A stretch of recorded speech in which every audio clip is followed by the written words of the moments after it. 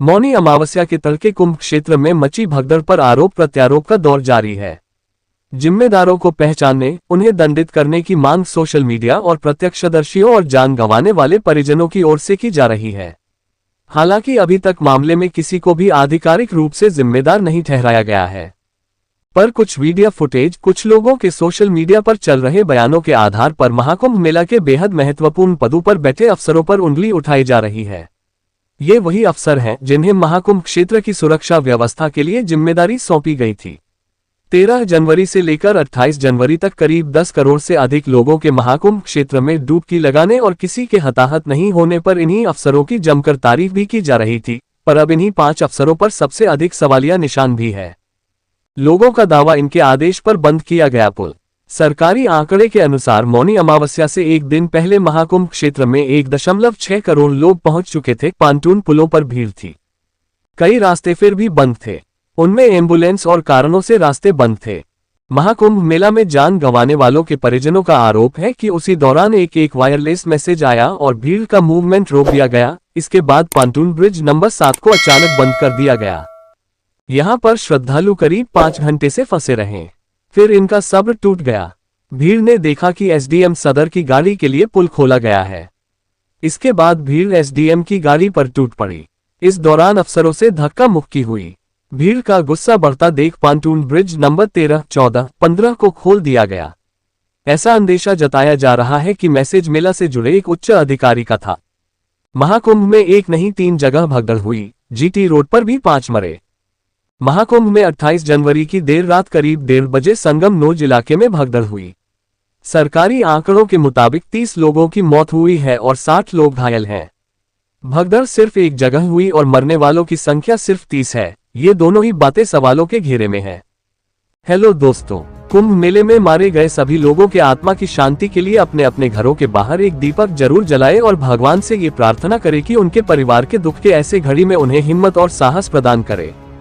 दोस्तों, हम में से ऐसे कई लोग हैं जो महाकुंभ जाने वाले भी होंगे, पर अगर ये सोचे कि अगर उस वक्त हम या हमारे परिवार का कोई सदस्य मौनी अमावस्या की उस रात महाकुंभ में मौजूद होते तो क्या होता।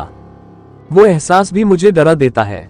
मैं तहे दिल से ईश्वर को धन्यवाद करता हूं जो उन्होंने मेरे पर अपना हाथ रखा है, और ईश्वर से ये प्रार्थना करता हूं कि किसी भी धर्म के साथ ऐसी किस्मत मत लिखे कि उनके भक्तों को ऐसा दुख देखना पड़े।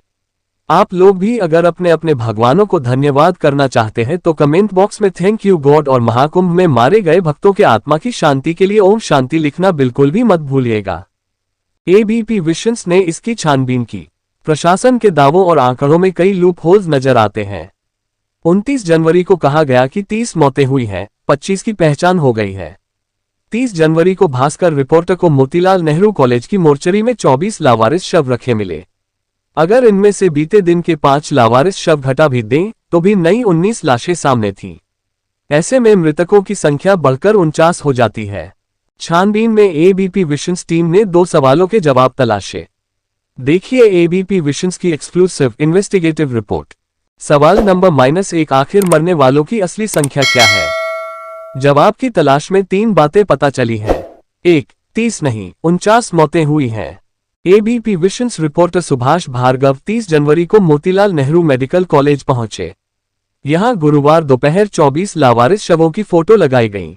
एक दिन पहले प्रशासन ने दावा किया था कि 30 लोगों की मौत हुई है और उनमें से 25 की पहचान कर ली गई है। सामने 24 लावारिस शवों की तस्वीरें थीं। अगर कल के 5 भी इनमें मिला ले तो भी यहां 19 नई लाशें आई हैं। अगर इन्हें 30 में जोड़ दे तो मरने वालों की संख्या 49 हो जाती है। ABP विशंस investigation. 49, 61 या 100 भगदड़ में मौतों का आंकड़ा क्या? महाकुंभ में एक नहीं 3 जगह भगदड़ हुई। जीटी रोड पर भी 5 मरे। महाकुंभ में 28 जनवरी की देर रात करीब 1:30 बजे संगम नोज इलाके में भगदड़ हुई। सरकारी आंकड़ों के मुताबिक 30 लोगों की मौत हुई है और 60 लोग घायल हैं। भगदड़ सिर्फ एक जगह हुई और मरने वालों की संख्या सिर्फ 30 है। ये दोनों ही बातें सवालों के घेरे में है।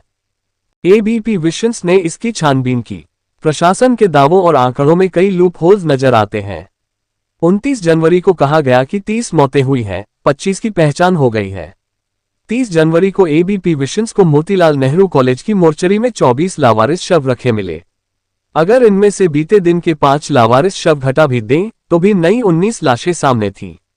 ऐसे में मृतकों की संख्या बढ़कर 49 हो जाती है। छानबीन में एबीपी विशंस टीम ने 2 सवालों के जवाब तलाशे।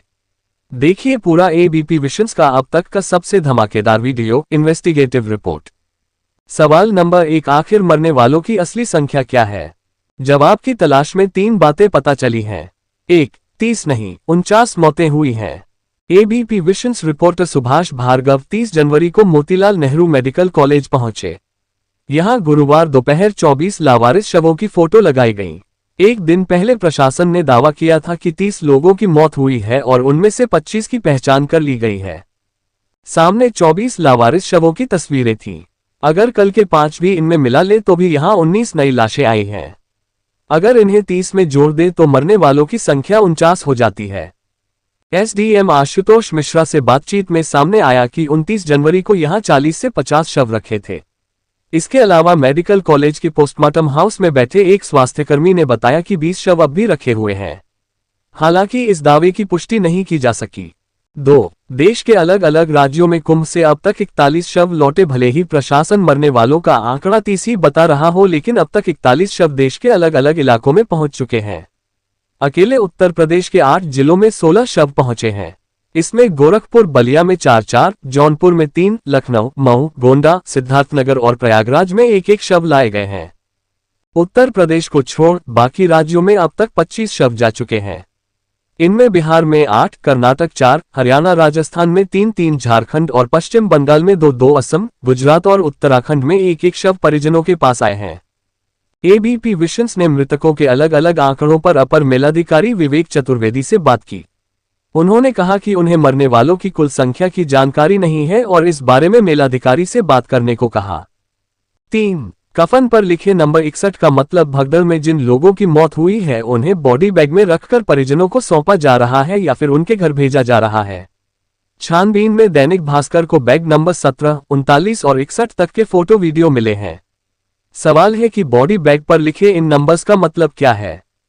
हालांकि न तो प्रशासन और न ही अस्पताल में कोई भी इस नंबर का मतलब बताने को तैयार है। एक डॉक्टर ने ऑफ कैमरा बताया कि ये शवों की नंबरिंग ही है। बॉडी बैग पर नंबर इसलिए लिखा जाता है ताकि लाशों की पहचान की जा सके। सवाल नंबर 2, महाकुंभ में भगदड़ की कितनी घटनाएं हुई हैं? महाकुंभ में एक नहीं बल्कि 3 जगह भगदड़ हुई, हर जगह मौतें हुई। छानबीन में सामने आया है कि 28-29 जनवरी की रात संगम नोज इलाके के अलावा ओल्ड जीटी रोड और झूंसी साइड के एरावत द्वार के पास भी भगदड़ मची थी।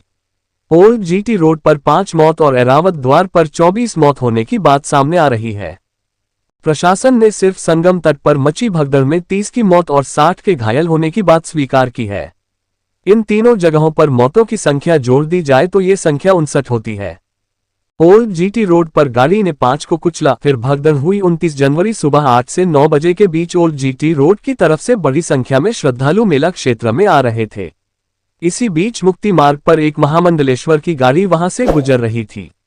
इस दौरान 2-3 महिलाएं वहां गिर पड़ी। गाड़ी महिलाओं को रौंदते हुए निकल गई।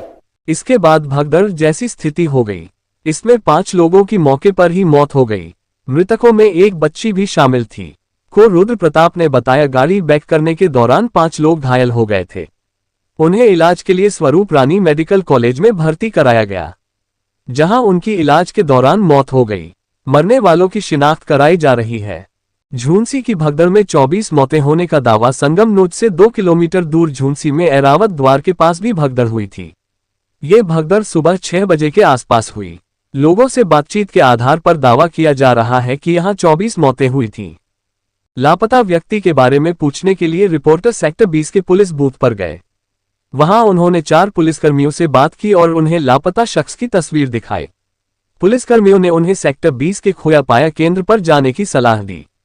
रिपोर्टर खोया पाया केंद्र गए, लेकिन वहां लापता व्यक्ति का कोई डेटा नहीं मिला। फिर वे पास की पुलिस चौकी गए, जहां उन्होंने डेटा खंगाला। पता चला कि लापता व्यक्ति का मोबाइल पुलिसकर्मियों को एरावत द्वार घाट के पास पड़ा मिला था। वहां मौजूद पुलिसकर्मियों ने बताया कि भगदड़ में बहुत सारे बैग छूट गए थे और उन्होंने एक एक बैग की तलाशी ली। एम्बुलेंस ड्राइवर्स की माने तो मरने वाले 100 से ज्यादा। सेक्टर 20 सब सेंट्रल हॉस्पिटल में रिपोर्टर ने यहां 3 एम्बुलेंस ड्राइवरों से बात की। एक ड्राइवर ने दावा किया कि 29 जनवरी की तड़के हॉस्पिटल में पैर रखने की जगह नहीं थी। वे लाशों को कर्नाटक, पश्चिम बंगाल और पटना तक छोड़कर आए हैं। दूसरे ड्राइवर का दावा है कि भगदड़ के समय उनकी एम्बुलेंस पर लोग जान बचाने के लिए चढ़ गए थे। उन्होंने कुछ बच्चों को बचाकर एम्बुलेंस में बैठा लिया था। तीसरे ड्राइवर ने दावा किया है सेक्टर 20 के हॉस्पिटल में करीब 25 से 30 लाशें आई थीं।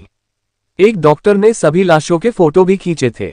हॉस्पिटल के एक कर्मचारी ने बताया कि उस दिन लगातार लाशें आ रही थीं और सभी लाशों को बाद में एसआरएन सहित दूसरे अस्पतालों में भेज दिया गया। एरावत द्वार पर एक चाय दुकानदार ने बताया कि भगदड़ के बाद उनकी दुकान के बाहर ही 5 लाशें पड़ी थीं, जिनमें 4 महिलाएं और 1 पुरुष था। भीड़ ने उनकी पूरी दुकान लूट ली और 20 पेटी पानी की बोतलें उठा ले गए। उन्होंने बताया कि चौराहे पर 5 लाशें पड़ी थीं और लोगों के कपड़े, बिस्तर छूट गए थे। सेक्टर 2 स्थित सेंट्रल हॉस्पिटल में महाकुंभ में मरने वालों की संख्या को लेकर रिपोर्टर सचिन गुप्ता ने एम्बुलेंस ड्राइवरों से बात की।